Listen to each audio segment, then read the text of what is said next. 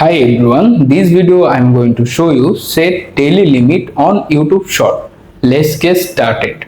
First, unlock your phone, open YouTube and make sure you can use the latest version of the app. After that, tap on the YouTube at the bottom right corner. Here, you can find the settings icon at the top right center. Click to open it.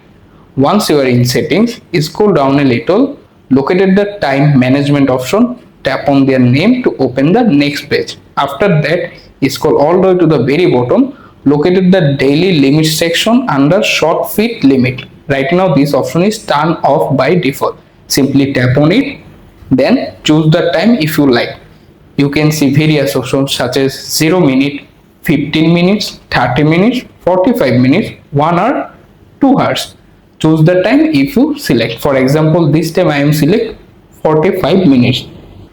And right now this option is selected. That's it. You have successfully done. Thanks for watching. Subscribe my channel.